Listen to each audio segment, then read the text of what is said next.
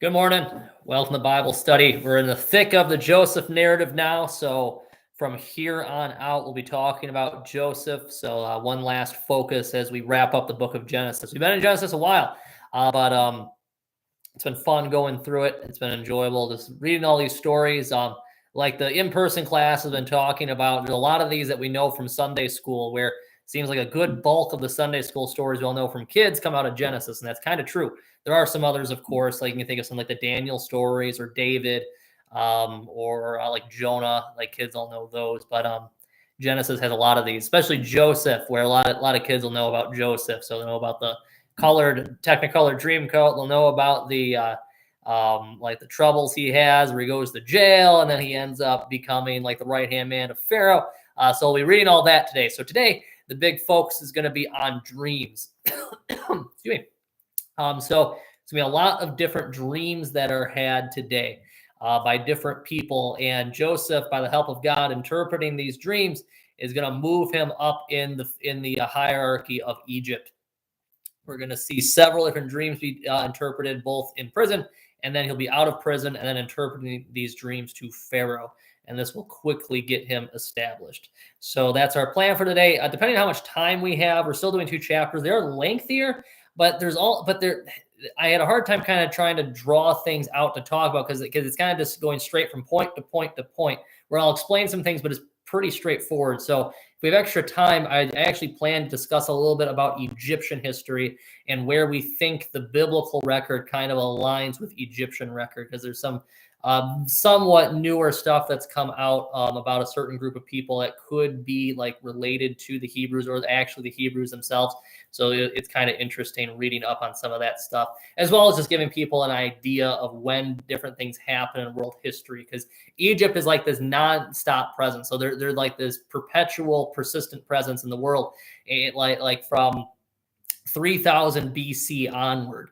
So, I mean, there's still a country today. So even to the modern day, there's been this consistent people there. I mean, they've had their golden ages, they've had their downtimes, of course, because they've been around forever. But they're still around today. So it's interesting just reading about them because they are one of the earliest civilizations. At least they're the earliest really like extremely successful civilization that has spanned the test of time. And big part of that, of course, is geography. You have the Nile River that hardly ever changes. That's just consistent. And like it floods, it seasonally floods. And that's what really helped made agriculture possible. And even like the waxing and waning of the Egyptian empire comes and goes kind of when the seasonal floods aren't as strong. So like when those floodings kind of stop, then we see more famine, more problems, and then Egypt kind of would go down. But then once those floods come up again and you're able to have more agriculture, support more people, then you see the empire become more rich again and more powerful. So there's a lot of different periods in Egyptian history just because they've been around for thousands and thousands of years. But we'll see if we have time for that. I found that stuff interesting reading today. If not, we'll get to it later, and then we'll just play by ear and go from there. Let's go and open up with a word of prayer. Dear Jesus, thank you for loving us, for giving us your word, Lord. Continue to guide us as we read about Joseph. Remind us about how you care for us, how you watch over us each and every day. We ask this in your name. Amen. We are I got a lot of things open. We are in Genesis chapter 40. So I'll go ahead and start with this first couple verses in the first paragraph. Sometime after this, the cupbearer of the king of Egypt and his baker committed an offense against their lord, the king of Egypt. And Pharaoh was angry with his 2 officers, the chief cupbearer and the chief baker, and he put them in custody in the house of the captain of the guard, in the prison where Joseph was confined. The captain of the guard appointed Joseph to be with them, and he attended them. They continued for some time in custody. So it doesn't say what their offense was. It's nondescript. So it says Pharaoh was angry with them too. And so you wonder, was Pharaoh having a bad day? Is he temperamental? He just throws these 2 poor guys in prison and they don't really deserve it. Is something else going on here? Because to tell you what happens at the end of this part of the story, the baker ends up being restored to his position. And no, sorry, the cupbearer, I flipped him. The cupbearer is restored to his position. The baker is executed. And so you wonder, was there some kind of plot where they were trying to kill Pharaoh? Because these 2 people, like Pharaoh's got to trust these guys. They're the ones preparing his food. Like the cupbearer, you wonder, like, well, why would like what would a cupbearer really do? So he's going to pour the drink but also it would be assumed that if he's the one placing the cup in the Pharaoh's hand, he's probably most likely the one taste testing and to kind of see, okay, if something was poisoned, well, the cupbearer's job is to basically take that poison for himself and die in place of Pharaoh. Now, of course, that of course just eliminates the most people's attempts at poisoning Pharaoh, and so you probably actually have a pretty easy time being a cupbearer, just because if they know you're drinking it first and it's obvious that you survived, then they're not going to poison you as likely. At least that's how I think of it. Whereas the baker, he's executed. So you wonder, was there some kind of plot? Was Pharaoh just temperamental? He didn't like the food that day, throw them both in jail. We don't know. It doesn't give us a reason, but they're there. And they're put in the same prison that Joseph himself was confined in. And so Joseph, by now, has kind of taken over running the prison, even though he himself is a prisoner. He's kind of running the prison himself, and he's going to, of course, be taking care of these couple of guys. So the next verse. And one night they both dreamed, the cupbearer and the baker of the king of Egypt, who were confined in the prison, each his own dream, and each dream with its own interpretation. When Joseph came to them in the morning, he saw that they were troubled. So he asked Pharaoh's officers who were with them in custody in his master's house, "Why are your faces downcast today?" They said to him, "We have had dreams, there's no one to interpret them." And Joseph said to them, "Do not interpretations belong to God? Please tell them to me." So these two guys have some dreams, and we'll see they're kind of strange dreams, like really figurative, really symbolic.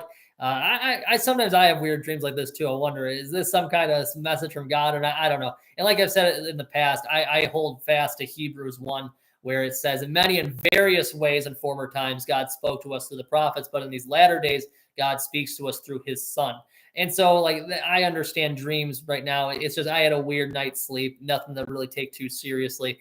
God, of course, could if he wanted to, but I take all of my word of God from Jesus, from Scripture now, because we kind of have like this funneling effect, where in the older days, the Old Testament times, there's a lot of different ways God spoke to his people, but then as time goes on, it's kind of more narrow until you narrow in on Jesus. And so we listen to him now, and even prophecy itself shifts from talking about this future event of Jesus' crucifixion, resurrection, to that past event of Christ's crucifixion, resurrection. So it's less about telling the future and more about just speaking about Jesus. So that's where we want to go with this. But, excuse me, these guys are having these dreams, and God is using these dreams to get Joseph out of prison. So the point of this is really to help Joseph secure his place. So God's working for Joseph here in a very interesting way, where he's getting Joseph out of prison and all the way up to Pharaoh himself. So talk about rags to riches. So it's going to move pretty fast for Joseph in the coming moments and years. So it doesn't happen right away, but he's going to go from prison to Pharaoh's side very quickly by the end of our time today. Verse 9. So the chief cupbearer told his dream to Joseph and said to him, "In my dream there was a vine before me, and on the vine there were 3 branches. As soon as it budded, it blossomed, its blossoms shot forth, and the clusters ripened into grapes. Pharaoh's cup was in my hand, and I took the grapes and pressed them in the Pharaoh's cup and placed the cup in Pharaoh's hand." Then Joseph said to him, "This is its interpretation. The 3 branches are 3 days. In 3 days Pharaoh will lift up your head and restore you to your office, and you shall place Pharaoh's cup in his hand as formerly when you were his cupbearer. Only remember me when it is well with you, and please do me the kindness to mention me to Pharaoh, and so get me out of this house. For I was indeed stolen out of the land of the Hebrews, and here also I have done nothing that they should put me into the pit." So the first guy tells his dream, and it's his dream about this vine with 3 branches, and then he's once again taking grapes, basically making wine with his bare hands. So like it's not really possible. It's how you do things, but that's what it's symbolizing. And he's putting that cup back in the Pharaoh's hand. And so like Joseph is doing this by the power of God, but I mean it's kind of clear where this is going. That the cupbearer is going to be restored back to his position. And in 3 days' time, that the cupbearer will be back doing what he was told to do. And so Pharaoh's anger is basically past, and that he's going to forgive the cupbearer and put him back in his rightful place. So that's a pretty good interpretation. The cupbearer is going to be feeling pretty good about himself.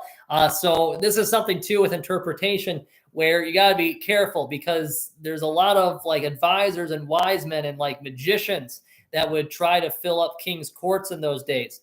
And so you'd usually want to give a favorable interpretation to the king, especially. But if your interpretation didn't come true, then the king might execute you or throw you in jail or harm you in some way. So you're always kind of playing with fire by doing this. So like Joseph's doing this by the help of God, but let's say Joseph was wrong, he would he would have really gotten this guy angry with him. So Joseph really needs to be sure that God's helping him here. And he is, and Joseph trusts that. So this is going to help Joseph later on. But the cupbearer is going to be happy with this interpretation, because at worst, if nothing happens, at best, the cupbearer is going to be back to where he wants to be and needs to be. So then verse 16, when the chief baker saw that the interpretation was favorable, he said to Joseph, I also had a dream. There are 3 cake baskets on my head. In the uppermost basket, there were all sorts of baked food for Pharaoh, but the birds were eating it out of the basket on my head. And Joseph answered and said, this is its interpretation. The 3 baskets are 3 days. In 3 days, Pharaoh will lift up your head from you and hang you on a tree, and the birds will eat the flesh from you. So he saw the interpretation was favorable. So now he gets up enough courage to ask him what his dream meant, because he wants a favorable interpretation, even though his dream is looking a bit more negative. So we have the birds eating the bread. And so that's a sign of this poor guy being hanged. And that, I mean, what happens if they don't cut the body down, then the birds come by and start eating the corpse. So real gross imagery there. But that's what's going to happen to this guy. So this also is in line. So the other tricky part about interpreting dreams for a king is that if you give the king a bad interpretation, so if you give the king something, tell him that something's going to go wrong, you're also playing with fire. Because on the one hand, the king might believe you and take action. And that's what will happen in chapter 41, is that Joseph does not give him a good interpretation, tells him that there are bad times coming. But Pharaoh listens and takes heed and actually takes charge, or gives a charge to Joseph and allows them to fix the situation or make the situation as best as possible. But there's other times where, like, especially like in Israel, once Israel becomes established, you'll see that the kings, the wicked kings, put these advisors that only tell them what they want to hear, and not these warnings that, like Jeremiah, that is always called to preach to the people. And they do that because they just want to hear good news. Like we complain in our day and age about the news always being negative, but there is actually a problem if the news is always positive. The problem with news always being positive is that, well, you don't hear about the problems going on. You're whitewashing. And so usually that means there's issues being covered up. Because we live in a sinful world, there are problems. We do have to hear that bad news every now and then. So it's kind of, there's some similarities between today and in the ancient past. So these kings, they don't like hearing these disfavorable opinions or interpretations. So they may have that guy put to death even. And so that also encourages all the other wise men to then give favorable interpretations. But then they don't ever hear what they need to hear. They don't ever hear that correction. And so then they end up leading their nation in the path of ruin. So I was thinking about that and kind of reflecting on that. We complain about all the bad news all the time. And yes, there seems to be almost too much of it. But there are useful times when like the news is being truthful and they're saying something that's bad going on that needs fixing. Well, it draws us to action to fix these things. And so that's the good function of kind of sharing bad news, is we can ask ourselves as citizens, well, how do we fix this problem that's going on? And that's why, like, we always are crying out for some good news. And so that's always good to have. But if we only ever had good news, then you run into this problem that these ancient kings ran into, where they don't actually fix the issues that are going on in their nation. And so you kind of have a strike of balance there. I thought there's some interesting parallels with today with that. And then verse 20. On the 3rd day, which was Pharaoh's birthday, he made a feast for all his servants and lifted up the head of the chief cupbearer and the head of the chief baker among his servants. He restored the chief cupbearer to his position, and he placed the cup in Pharaoh's hand. But he hanged the chief baker as Joseph had interpreted to them. Yet the chief cupbearer did not remember Joseph, but forgot him. So it's Pharaoh's birthday of all things. This also helps with the interpreting, where it's Pharaoh's birthday. So he wants to do a big feast.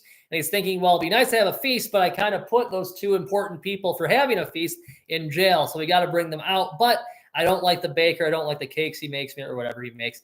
And so we're going to hang him. So the poor baker is put to death and the cupbearer survives. But the cupbearer does not immediately remember Joseph. The cupbearer is happy, and poor Joseph, the cupbearer forgets him. Even though back when Joseph interpreted the cupbearer's dream, he specifically asked, "Remember me, so get me out of this prison, get me out of this pit, and get me out of here." And so, unfortunately for Joseph, the cupbearer kind of forgets. So I always wondered too how the cupbearer would have convinced Pharaoh to get him out, because he's just some Hebrew slave thrown in jail. I don't know if Pharaoh would have really cared.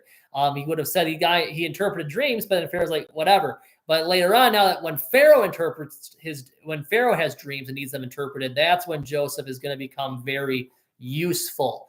Is that Joseph will interpret Pharaoh's dreams, and that's what's going to get him out of prison. So we see now that we're laying some seeds that are going to come to fruition later on in a few years' time. So chapter 41. After 2 whole years, Pharaoh dreamed that he was standing by the Nile, and behold, there came up out of the Nile 7 cows, attractive and plump, and they fed in the reed grass. And behold, 7 other cows, ugly and thin, came up out of the Nile after them, and stood by the other cows on the bank of the Nile. And the ugly, thin cows ate up the 7 attractive, plump cows. And Pharaoh awoke, and he fell asleep and dreamed a second time. And behold, 7 ears of grain, plump and good, were growing on one stalk. And behold, after them sprouted 7 ears, thin and blighted by the east wind. And the thin ears swallowed up the 7 plump, full ears. And Pharaoh awoke, and behold, it was a dream. So in the morning his spirit was troubled, and he sent and called for all the magicians of Egypt with all its wise men. Pharaoh told them his dreams, but there were none who could interpret them to Pharaoh. What's interesting about these dreams, so like we can kind of guess, if you know where the story's going, we know where this interpretation's going. It's 7 good years, 7 bad years. But there are some like geographical things going on with this dream too. My notes just shifted. Sorry, 1 second here.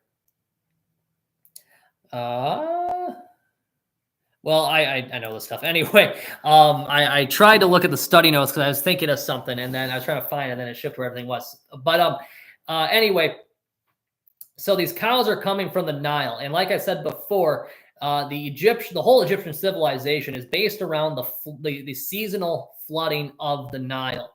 But then those seasons themselves have seasons where like our seasons change both like by like the calendar year, the individual year. So like, like there's the 4 seasons, and like right now we're looking at all the pretty flowers, but we're kind of struggling with the rain that's typical fall in Michigan. People are pointing out this week how it was snowing a bit, or just a couple little flakes here and there, because we're just getting cold where winter is coming.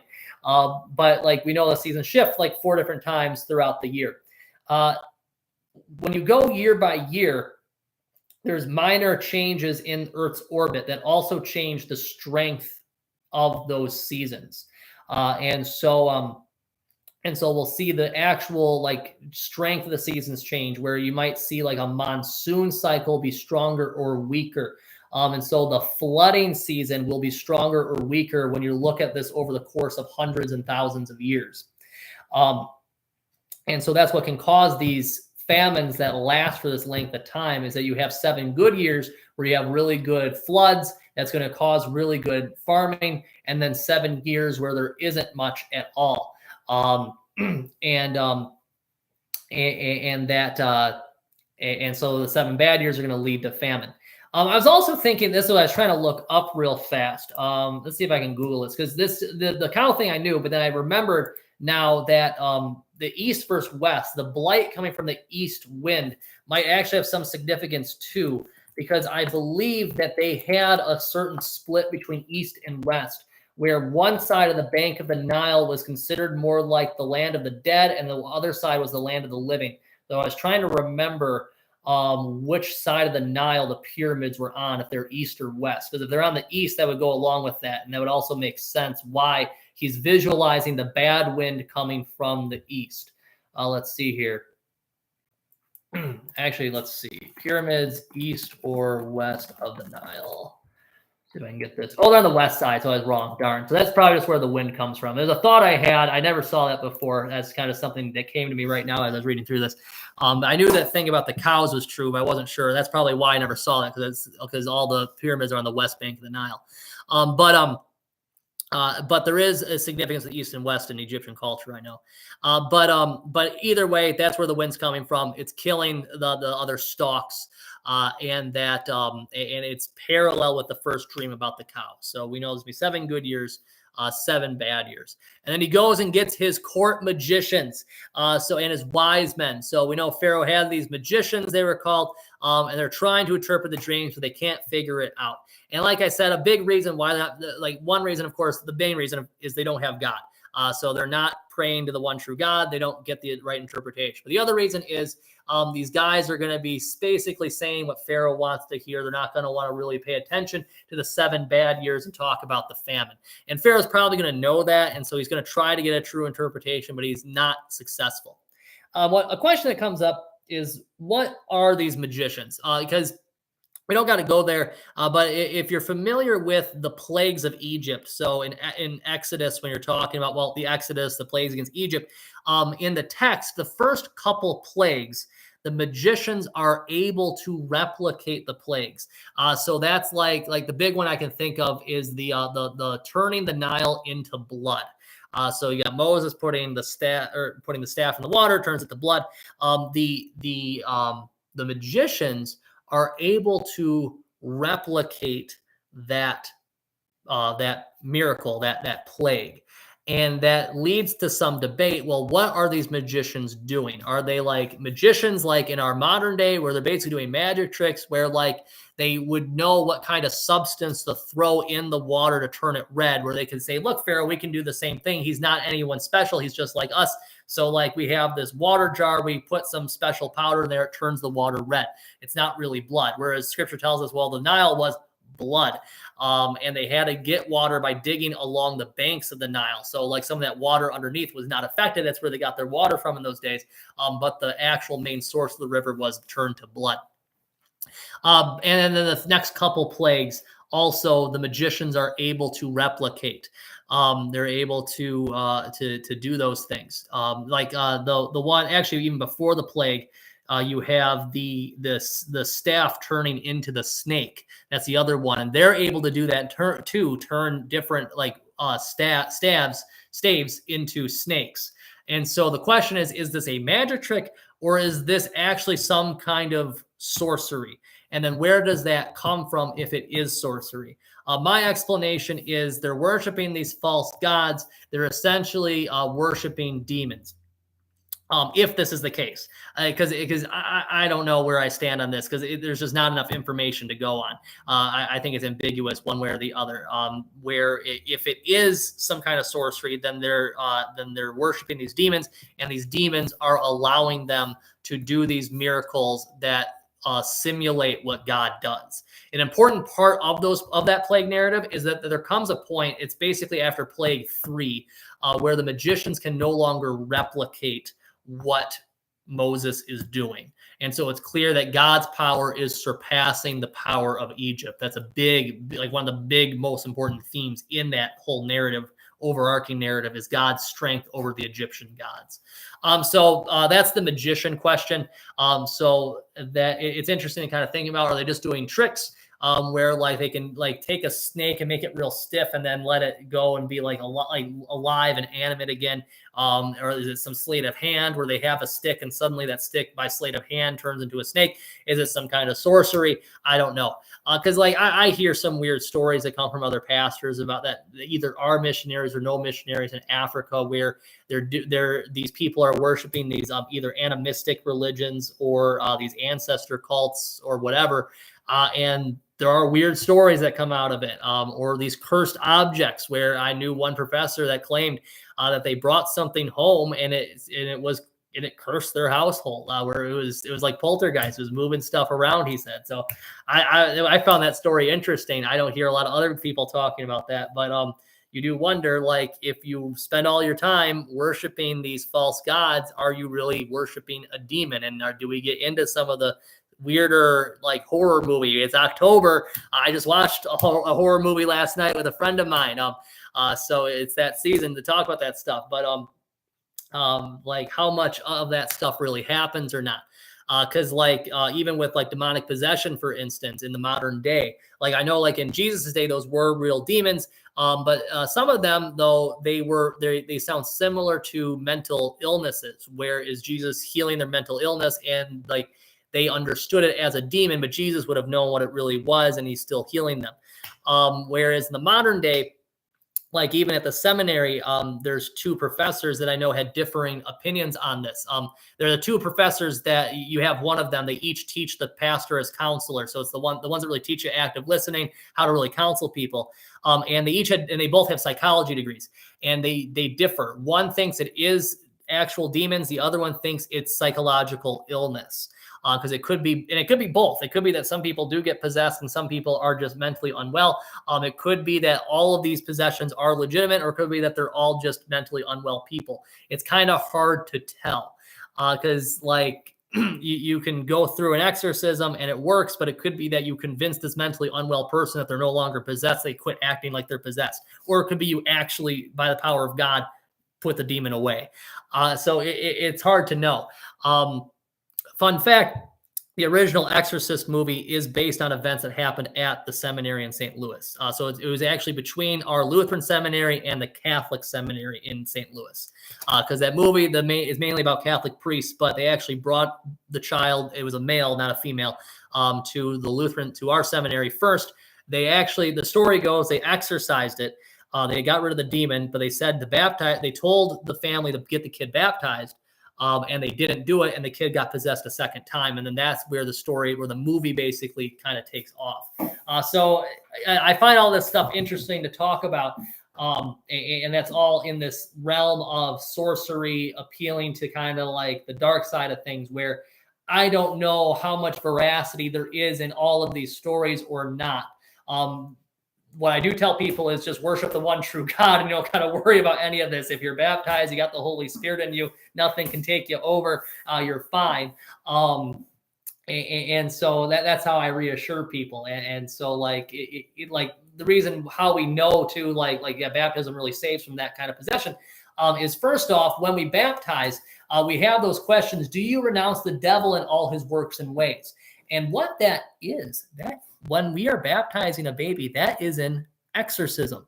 We don't really talk about that a lot, but Luther put an exorcism into the baptismal service. And that is to show that the evil Adam, any evil spirit that could be in the child is being put away and then is being replaced by the Holy Spirit.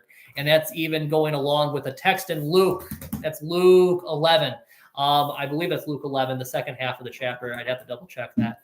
Well, I can just search it right now. But the second half of Luke 11, Jesus is talking about how they're claiming that Jesus is doing his miracles by a demon. And he points out, well, I'm casting out demons. I'm driving them out. A house divided cannot stand.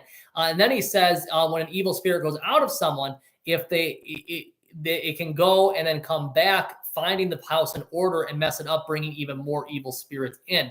And then the point is that we need to call upon the Holy Spirit to really be the Spirit empowering us. And so that's where we get that whole idea that if you're baptized, you don't got to worry about possession. You don't got to worry about any of these dark arts, sorceries, whether they're real, whether it's just superstition and sleight of hand magic tricks, whatever it might be. So that's what's going on, and that's why Pharaoh is employing these magicians, is they believe this stuff, and the magicians clearly are successful because they wouldn't be around if they never did anything useful. So at the minimum, they're telling Pharaoh what he wants to hear, and that they're doing things for Pharaoh that he wants. Verse 9. Then the chief cupbearer said to Pharaoh, I remember my offenses today, when Pharaoh was angry with his servants and put me and the chief baker in custody in the house of the captain of the guard. We dreamed on the same night, he and I, each having a dream with its own interpretation. A young Hebrew was there with us, a servant of the captain of the guard. When we told him, he interpreted our dreams to us, giving an interpretation to each man according to his dream. And as he interpreted to us, so it came about. I was restored to my office, and the baker was hanged. So now the cupbearer, he goes, oh, that's right. We need someone to interpret dreams. Well, this will help me. Like this is just, honestly, this helps out Pharaoh. But here's the thing: if you're in Pharaoh's court, you don't just do things out of kindness for Pharaoh. You're trying to get clout. You're trying to raise your standing. And the cupbearer finding someone that can actually interpret dreams well is going to really help him out. So that way, he doesn't got to worry about going back to jail. So he can keep doing it. As long as he does his job well, makes Pharaoh happy. He doesn't got to worry about going back into jail. And so he said, I remember my offense today, that time when you got angry with us, and so he probably just makes it sound like, even if the offense wasn't legitimate, he's going to make it sound like the offense was legitimate because Pharaoh's never wrong. And that he sends them to jail. Well, while we're there's a young Hebrew with us, and he was able to interpret these dreams that came true, that he predicted rightly that you were going to raise me back into my position and that you were going to hang the chief baker. And so this guy can really interpret dreams. The magician, the wise men, they're not getting this done. Let's maybe go talk to him, get him out of jail, and see what he can say, see what he can do. So verse 14. Then Pharaoh sent and called Joseph, and they quickly brought him out of the pit. And when he had shaved himself and changed his clothes, he came in before Pharaoh. And Pharaoh said to Joseph, I have had a dream, and there is no one who can interpret it. I have heard it said of you, when you hear a dream, you can interpret it. Joseph answered Pharaoh, it is not in me. God will give Pharaoh a favorable answer. Then Pharaoh said to Joseph, behold, in my dream I was standing on the banks of the Nile. 7 cows, plump and attractive, came up out of the Nile and fed in the reed grass. 7 other cows came up after them, poor and very ugly and thin, such as I had never seen in all the land of Egypt. And the thin, ugly cows ate up the first 7 plump cows. When they had eaten them, no one would have known they had eaten them, for they were still as ugly as at the beginning. Then I awoke. I also saw in my dream 7 ears growing on one stalk, full and good. 7 ears withered, thin, and blighted by the east wind sprouted after them, and the thin ears swallowed up the 7 good ears. And I told it to magicians, but there was no one who could explain it to me. So he brings Joseph out of the pit. This is the one place where the prison's described as a pit. I think I mentioned this before, where a lot of ancient prisons were basically just a pit in the ground. So before, the word was always the house. And so it's kind of like the big house, like jail. But you wonder, is this like a house holding just a bunch of pits? So that's how I kind of imagine it. So they get Joseph out of his pit, or out of like the whole pit of where all the prisoners are. And he shaves himself. And so that makes you wonder, well, he's been in there for years. What's his beard looking like? I trim my beards usually on Thursday because I'm on camera and stuff and doing Bible study. But like, I think like, how big was his beard, and what did it all look like? How gnarly was he? He shaved and changed his clothes. I mean, I imagine he was wearing the same outfit for years on end. He stunk. And so you can't go in front of Pharaoh looking like that. So he's going to wash himself, shave, make himself all good. Probably felt really good to do that. And now he's standing before Pharaoh, and Pharaoh gives him this dream. And so he tells him the dream again. And he talks about how these cows and these stalks grow up, and then they're eaten by the lesser ones. And the lesser ones, the ones that are thin and diseased, they do not get bigger when they eat the healthy stuff. And so they stay sick and frail. So Pharaoh doesn't know what to do with this. The magicians don't know what to do with this. And Pharaoh's thinking like, well, this has to be some kind of prophecy, because the big thing that shows that it's a prophecy is that it's repeated. So you have 2 dreams in parallel where like you don't have to know how to interpret anything. And you can see that and go, well, they have the same meaning here. There's something going on. These dreams are related to each other. How are they related? What do they mean? That's what Pharaoh's going to want to figure out. So Joseph in verse 25. Then Joseph said to Pharaoh, the dreams of Pharaoh are one. God has revealed to Pharaoh what he is about to do. The 7 good cows are 7 years, and the 7 good ears are 7 years. The dreams are one. The 7 lean and ugly cows that came up after them are 7 years, and the 7 empty ears blighted by the east wind are also 7 years of famine.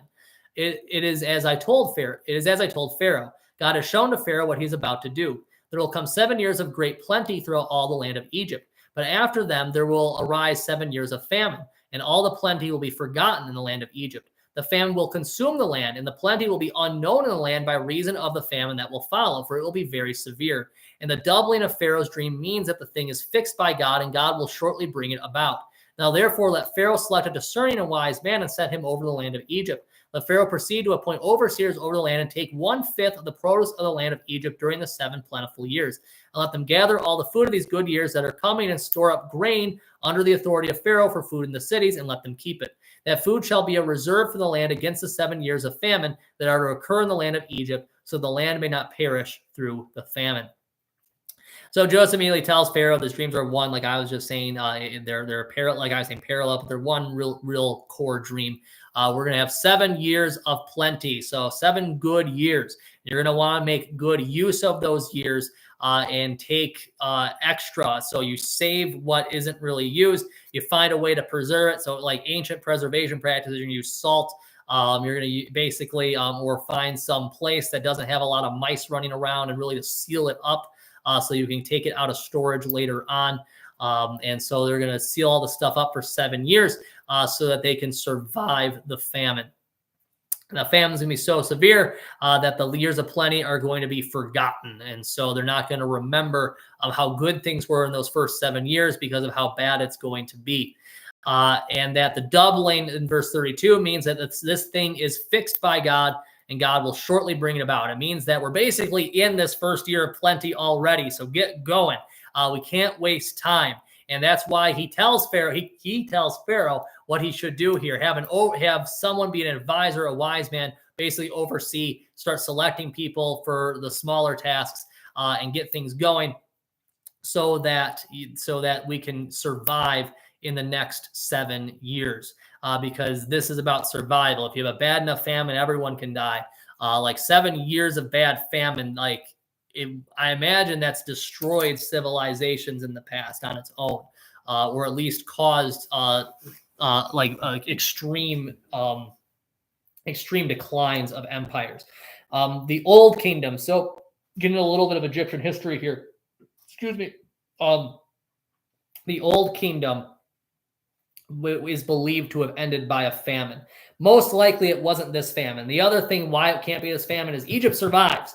Egypt makes it through. And the times don't make sense. Joseph was most likely in what's called the Middle Kingdom. I'll get to more of that in a bit about trying to date this stuff. But famines do come and go throughout history, and they do end kingdoms. They end whole kingdoms. And that's what they're trying to avoid here in saving Egypt. So verse 37. This proposal pleased Pharaoh and all his servants, and Pharaoh said to his servants, "Can we find a man like this in whom is the Spirit of God?" Then Pharaoh said to Joseph, "Since God has shown you all this, there is none so discerning and wise as you are. You shall be over my house, and all my people shall order themselves as you command. Only as regards the throne will I be greater than you." And Pharaoh said to Joseph, "See, I have set you over all the land of Egypt." Then Pharaoh took his signet ring from his hand and put it on Joseph's hand, and clothed him in garments of fine linen, and put a gold chain around his neck, and made him ride in his second chariot. And they called out before him, "Bow the knee." Thus he set him over all the land of Egypt. Moreover, Pharaoh said to Joseph, "I am Pharaoh, and without your consent no one shall lift up hand or foot in all the land of Egypt." And Pharaoh called Joseph's name Zaphenath-Paneah, and he gave him in marriage Asenath, the daughter of Potipharah, priest of On. So Joseph went out over the land of Egypt. So Pharaoh sees how smart, how wise Joseph is, and most importantly, how the Spirit of God was upon him. Someone in the in-person Bible study actually asked about these ancient gods, like what's going on with this. And what I pointed, because in the previous section you had Potiphar talking about Yahweh, talking about the Lord. And so how did that work? Because he was Egyptian, he most likely worshipped his Egyptian gods, and that would have been true. But in our day, most religions basically say that our God is real, our God works for us, all the other gods are false and fake and just idols. In the ancient world, that was not the norm. Most peoples believed that all of the gods were real, like the gods lived in this realm above us, and then they fought with each other just like us human beings. But they always thought that their culture's gods were better than the other gods. And so when these Hebrews show up and God is really helping them, some of these people take notice and they say, "Your God really helped you here. Maybe we should listen to you. Maybe we should put you in a good position." And that's really what happens with Joseph, is that these people, I don't know if I would call them faithful, but they're kind of faith adjacent, maybe is how I would describe it. and that they're willing to acknowledge that God has power at least. Now, does that mean that they come to faith? Does that mean that they trust in God? I don't know. Because you could see that acknowledging God is that powerful as an act of faith, and perhaps this Pharaoh is actually saved. Maybe Potiphar is saved. It's entirely possible that Joseph had that kind of effect where they actually worship the one true God. Maybe they still worship the other Egyptian gods, and that of course is a sin. But for all we know, he did trust that Yahweh would save him, that Pharaoh, I mean, and that could mean that he's in heaven. So it's an interesting question to kind of think about. But it is possible. But that's how the ancients would think about it, that our gods and our culture are stronger than those gods over there. And that if that civilization beats this other civilization, their gods are stronger. So that's what's going on with when the Egyptians are talking about our God in that way. So he sees a lot of potential in Joseph, and then he basically gives Joseph the keys to the kingdom. So he puts everyone under his command, and the only one that's not under his command is Pharaoh himself, because Pharaoh keeps the throne. He even gives Pharaoh his signet ring. So basically shows that Joseph is acting in Pharaoh's stead. So he's doing all this stuff. He's decked out in all this bling, all this stuff that only really wealthy Egyptians are going to wear, and he rides in his second chariot. So you have Pharaoh's chariot leading the way, and the chariot right on his right-hand side, right behind him. In the second chariot is Joseph's chariot. And so everyone bows before Pharaoh and also bows the knee before Joseph. And so Joseph's pretty much like the most powerful person in Egypt outside of Pharaoh himself. And that Pharaoh gives him all this authority. He does actually rename him as well, this Egyptian name. And that name is really interesting. It translates to the God speaks and he lives. So it's another sign where Pharaoh is kind of showing some, at least, respect for Joseph's God, for our God. So it's entirely possible. And a big sign of respect here is that he gives his daughter in marriage to, the daughter of Potiphar, priest of On, and so he gives him not his own daughter, but he gives a high-ranking official's daughter in marriage to him. So he gives that daughter to him. And so it shows that Joseph is now intimately intertwined in the kingdom of Egypt. He's very important, very high-ranked, and that everyone needs to respect him because Joseph's going around basically saving the day here. So for verse 46, Joseph was 30 years old when he entered the service of Pharaoh, king of Egypt. And Joseph went out from the presence of Pharaoh and went through all the land of Egypt during the 7 plentiful years of the earth produced abundantly. And he gathered up all the food these 7 years, which occurred in the land of Egypt, and the food in the cities. He put in every city the food from the fields around it. And Joseph stored up grain in great abundance, like the sand of the sea, until he ceased to measure it, for it could not be measured. So 30 years old. So he was 17 when he was sold into slavery. So between Potiphar's house and prison, he was in those two places for 13 total years. So that's a long time to be in slavery and in jail. But he's 30 years old and everything has changed now. Now he is in the service of Pharaoh. And he's going around collecting all this food, and he gets so much food that he stuffs it all and he can't even measure it all. And so he's putting it all away in these silos where they're storing it all, waiting for this famine to come. So verse 50. Before the year the famine came, 2 sons were born to Joseph. Asenath, the daughter of Potiphar, priest of On, bore them to him. Joseph called the name of the firstborn Manasseh, for he said, God has made me forget all my hardship and all my father's house. The name of the second he called Ephraim, for God has made me fruitful in the land of my affliction. I've spoken about this previously. Joseph receives a double blessing, a double portion of the inheritance from Jacob, his dad, at the end. And the way he receives that is basically Jacob treats Manasseh and Ephraim as 2 sons co-equal with his other direct sons. So these 2 get raised up basically into Joseph's generation, alongside like Judah and Reuben and Simeon and all the rest of them. And so that's why there are a tribe of Manasseh and a tribe of Ephraim. Ephraim is interesting because that's wait, no, I got that wrong. It's tribe. I was thinking of a different tribe. Why did I think of that? Anyway, but I had a wrong thought in my head. I almost spoke. But anyway, so these 2 tribes come from Joseph, and they're full-fledged tribes, even though they're not direct sons of Jacob. They are grandsons of his, but they are made equal to the other sons of Jacob. Verse 53. The 7 years of plenty that occurred in the land of Egypt came to an end, and the 7 years of famine began to come, as Joseph had said. There was famine in all lands, but in all the land of Egypt there was bread. When all the land of Egypt was famished, the people cried to Pharaoh for bread. Pharaoh said to all the Egyptians, "Go to Joseph, what he says to you, do." So when the famine had spread over all the land, Joseph opened all the storehouses and sold to the Egyptians, for the famine was severe in the land of Egypt. Moreover, all the earth came to Egypt to Joseph to buy grain, because the famine was severe over all the earth. So now we pass even farther forward in time. 7 more years happen, so it'd be 37 now. And the time of plenty has come to an end, and now it is time for famine. And no one has really any food. And so they go to Pharaoh pleading for him for food. And they say, well, this is what we had Joseph do. Go talk to him. He'll give you food. And so then they all are buying their food from all these storehouses that Joseph is opening up. And that way they have enough food to survive the 7 years. And so this famine is clearly very severe because it's not just affecting Egypt. It's affecting the whole area, the whole world around them. And so all these other people now are having to go to Egypt to get food.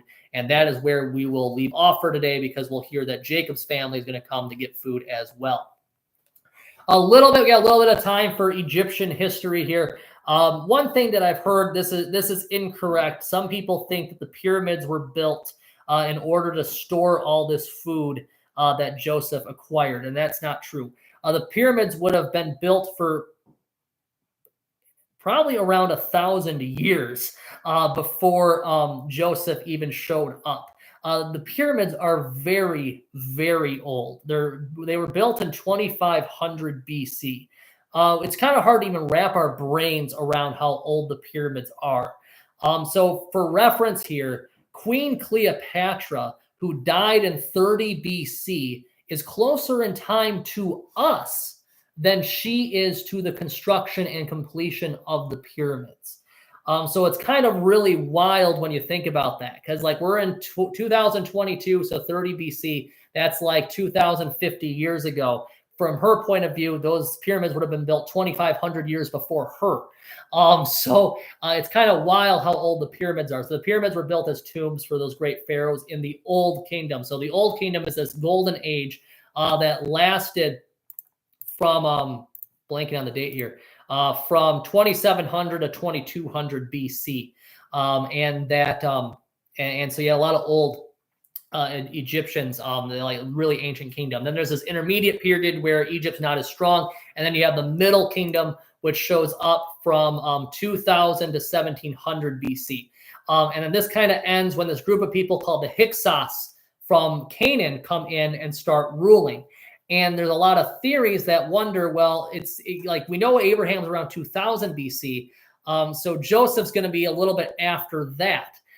Does Joseph and the arrival of Jacob's family align with these Hyksos who came from Canaan, who spoke Semitic? They spoke a similar dialect to Hebrew. So were those peoples the ones that kind of end up ruling Egypt in the second intermediate era? Because you don't really see them ruled by Egyptians. So it's kind of interesting.